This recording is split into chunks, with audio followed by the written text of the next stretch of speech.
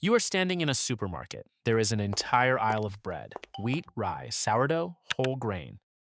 Every loaf on that shelf exists because about 10,000 years ago, someone figured out how to grow grain on purpose. That is the story most of us were taught. Humans settled down, planted seeds, made bread, built civilization from there. Bread is the foundation.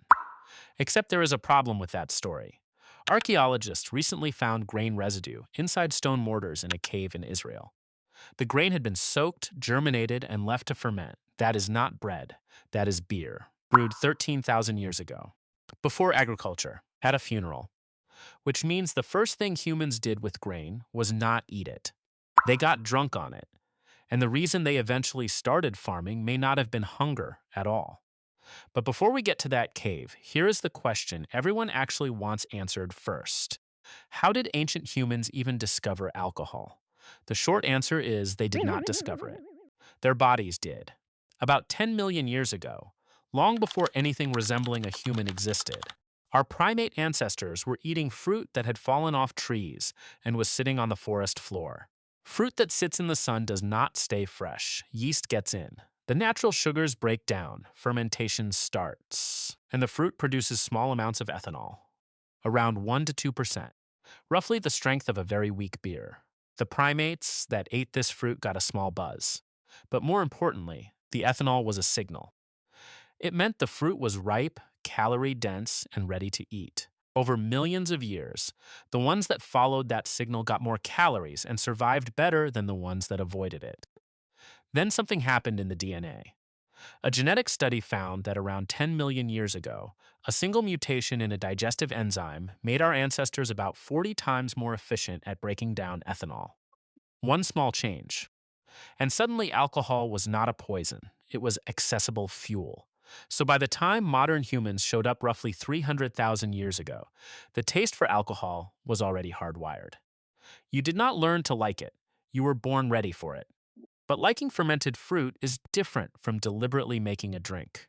And for a long time, nobody knew when humans crossed that line. The assumption was simple. Farming comes first, grain gets stored, some gets wet by accident, it ferments. Someone tastes it, likes it, starts doing it on purpose. Food first, drink second. That was the accepted order. Then someone opened a cave near the coast of modern-day Israel. In 2018, archaeologists were excavating a cave called Rockfet. It had been used by a group called the Natufians about 13,000 years ago. The Natufians are important because they sit right on the edge. They were not farmers. They had not invented agriculture. They still collected wild grain by hand and hunted animals. But they were beginning to settle into semi-permanent camps. Inside the cave, among human burials, they found stone mortars carved directly into the bedrock floor.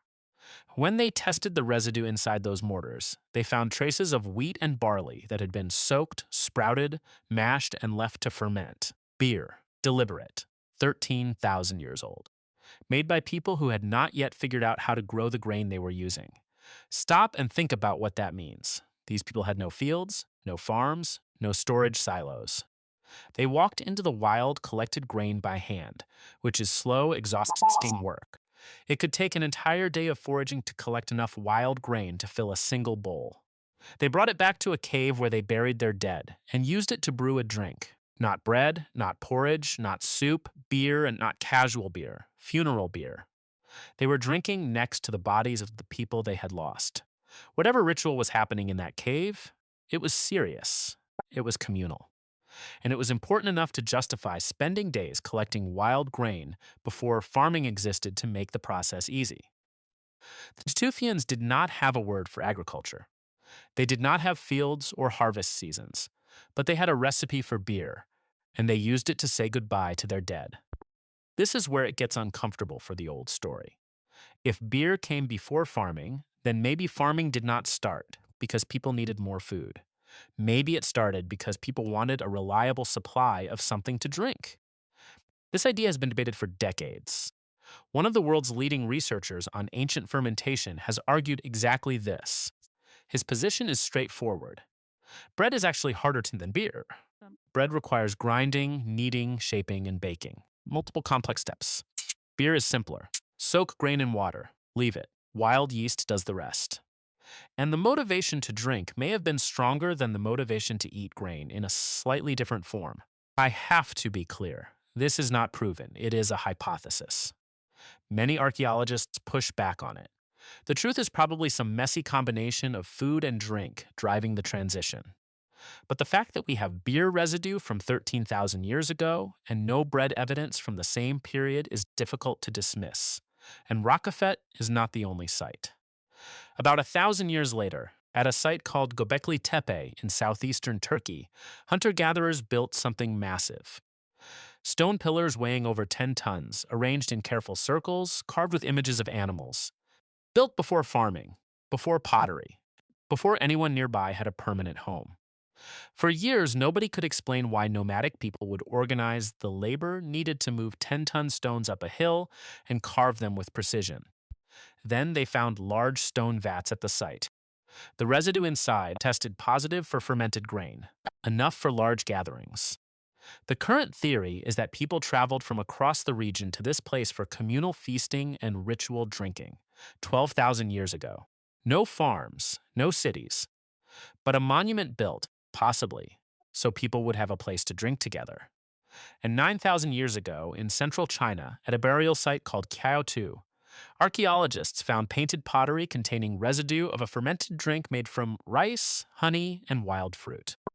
Combined, blended, deliberate. That is not survival, that is a recipe. Someone 9,000 years ago was experimenting. What if I add honey? What if I mix in fruit? What changes? 3 continents. 3 cultures with no contact. 3 completely different ingredients. The same pattern. Alcohol shows up at funerals, at monuments, at gatherings, before it shows up at dinner. Whatever alcohol was doing for ancient humans, it was not just about getting drunk. It was about something social that was hard to replace. Sitting together, slowing down, sharing something that took effort to make. In a world where strangers could be dangerous, sharing a fermented drink may have been one of the oldest signals that said, I am not a threat. Not right now. If that changes how you think about something you do every week, subscribe to Dr. Caveman. This channel is about the ancient body trapped inside the modern world. Now here is the part that connects this to you. I need to say something before we finish. This is not an argument for drinking. Alcohol has destroyed lives. It has broken families. It has killed more people than most of us realize. Nothing in this video should make anyone feel like drinking is fine because it is ancient. But here is what is worth understanding. The craving is not your fault. That pull you feel towards a drink after a hard day is not a modern weakness. It is not a character flaw. It may be a 10-million-year-old signal from a time when ethanol meant ripe fruit and calories. The problem is not the craving. The problem is the mismatch. Your ancestors encountered alcohol at 1 to 2%, wrapped in fiber, found a few times a week after walking for hours, shared with 30 people. There was no way to have too much because nature only made small amounts at a time. You encounter it at 5, 12, 40%, on every street corner, in every restaurant, at every gathering, marketed to you every day, designed to taste better than anything that exists in nature. You can get more alcohol in a single glass than your ancestors found in a week of foraging. And unlike them, you do not have to walk for hours or share it with 30 people. You can drink alone, in silence, as much as you want. Your brain is running ancient software. The world is selling modern doses at ancient prices, and there is no one around the fire to tell you when to stop. So the next time you feel that pull, that quiet voice that says just one, know that voice is very old. It spoke to a primate reaching for fruit on a forest floor 10 million years ago. It spoke to a Natufian mourner brewing beer in a burial cave 13,000 years ago. And it is speaking to you right now, in a world that has made it 1,000 times easier to say yes. You are not weak for hearing it. You are human. The question is not whether you feel the pull. It is what you do with it now that you understand where it comes from. Bread came second. Beer came first, and the craving came before both.